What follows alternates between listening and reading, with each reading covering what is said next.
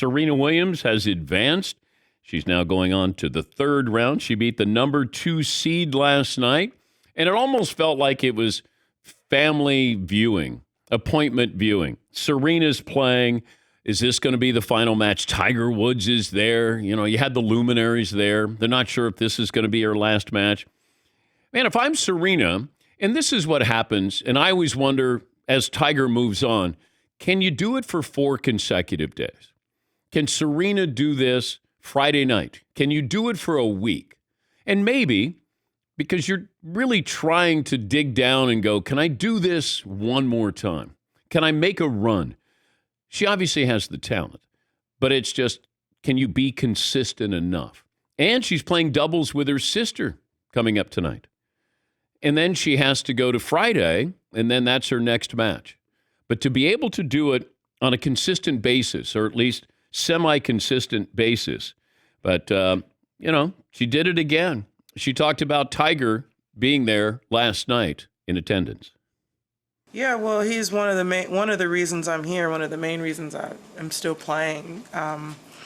So we talked a lot, and he was really trying to get me motivated. And there's a few people, but, he was, we were like, okay, we can do this together, and it was good because it was like, I didn't know what I wanted to do, but I just lost, and I just so many questions. And when you can rely on someone like that, I mean, my goodness, he's Tiger Woods. It just was really helpful to get clarity.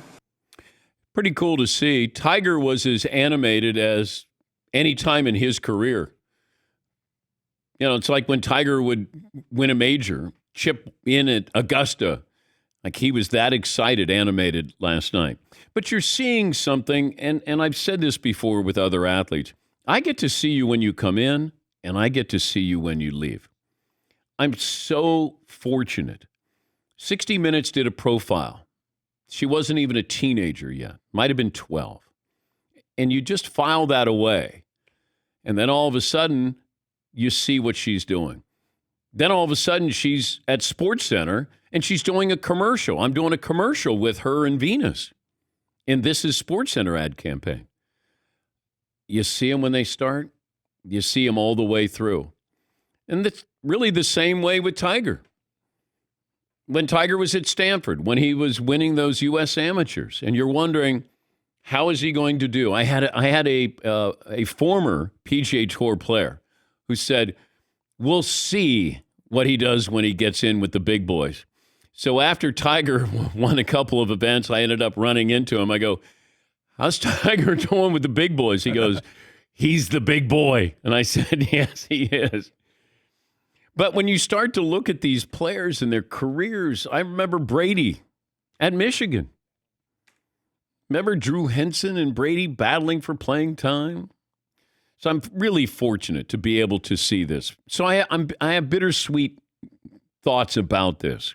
I hate to see it end. It almost feels like we keep pushing our athletes to retire. When are you going to retire? Hey, is this it? And I don't want Serena to retire. But if she wants to retire, I'm fine with it. And a lot of times, we're living vicariously through these athletes. Like, how can you retire? Well, we don't know what their life is all about. You don't want somebody to tell you what you should do or continue to do or not continue to do. It's the same with Tom Brady. He wants to play. He feels comfortable playing. It's up to him, not me. I hope that they play at a high level so they get to leave on their own terms. And it's rare when that happens. It's like LeBron. He hasn't hit a cliff yet. He hadn't hit the edge yet. But it's coming. It's coming. But if you want to be Ken Griffey Sr. to Ken Griffey Jr. or juniors with your 2 sons, you got to hold on for 2 more years, 3 more years, 4 more years. That's asking an awful lot playing basketball.